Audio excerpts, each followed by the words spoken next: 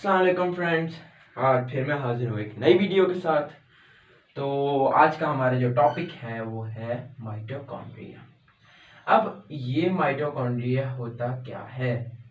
Mitochondria basically एक cell organelle है। Cell organelle sales के पार्ट्स होते हैं। अब ये माइटोकॉन्ड्रिया सेल में कुछ इस तरह का दिखता है। इसकी फोल्ड्स होती हैं।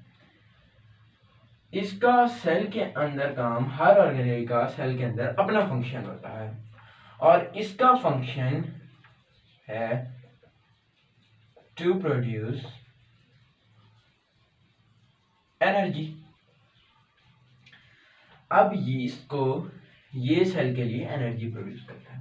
हर काम के लिए हमें एनर्जी चाहिए होती है। अब सेल्स को भी अपनी तमाम मेटाबॉलिक एक्टिविटीज और अपने तमाम फंक्शंस करने के लिए एनर्जी चाहिए होती है। वो एनर्जी सेल को माइटोकॉन्ड्रिया से मिलती है। इसीलिए इसको सेल का पावर हाउस या फिर एनर्जी जेनरेटिंग ऑर्गेनेली भी कहा जाता है। अब ये जो एनर्जी जनरेटिंग ऑर्गेनेली है, ये एनर्जी किस तरह जनरेट करता है इसको अब हम पढ़ते हैं। तो बेसिकली इसका जो ये स्ट्रक्चर होता है वो कुछ इस तरह का होता है। जो ये होती है इसकी आउटर मेम्ब्रेन और ये होती है इसकी इनर मेम्ब्रेन। अब इसके दरमियान ये होती है जगह खाली, ये एम्प्टी स्पेस है। इस इनर मेम्ब्रेन के जो ये फोल्डिंग्स बनी हुई है, ये एक तो इसका सरफेस एरिया बढ़ाने के लिए बनी हुई है। दूसरा, इस इनर मेम्ब्रेन के ऊपर मौजूद है इलेक्ट्रॉन ट्रांसपोर्ट चेन। इसके अंदर वो इलेक्ट्रॉन्स हैं।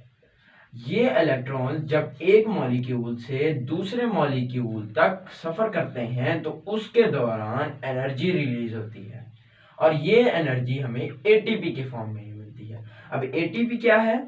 Adenosine triphosphate. तो एडिनोसिन ट्राइफॉस्फेट दरअसल एनर्जी को पैक करने के लिए एक पैकेट है और उसको हम स्टोर कर लेते हैं और जब दिल जाता है हम उसको यूज कर लेते हैं। तो इसी तरह ये इस तरह एक एनर्जी प्रोड्यूस होती है। अब इधर ही इनर मेम्ब्रेन के ऊपर यहाँ पे ऐसा माचिस की तीली लाइक स्टिक्स लाइक छोटी छोटी स्ट्रक्चर होते हैं।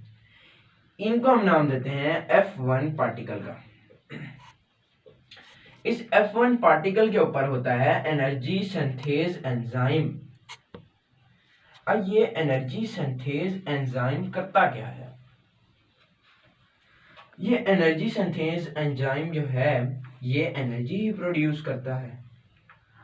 ये एनर्जी सिंथेज एंजाइम भी एनर्जी जो प्रोड्यूस करता है वो भी एटीपी एडिनोसिन ट्राइफॉस्फेट की शक्ल में ही होती है।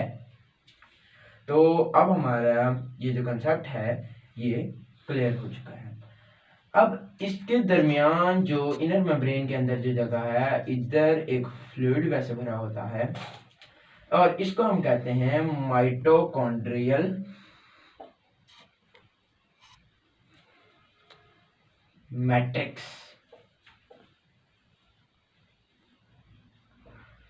ये हो गया जी माइटोकॉन्ड्रियल मैट्रिक्स। इसको हम सेल्फ रेप्लिकेटिंग ऑर्गेनेल भी कहते हैं। लेकिन ये क्यों कहते हैं हम इसको सेल्फ रेप्लिकेटिंग ऑर्गेनेल इसलिए कहते हैं क्योंकि इसके इस जगह पर ये जो एम्प्टी स्पेसेस होती हैं इनके अंदर राइबोसोम्स होते हैं।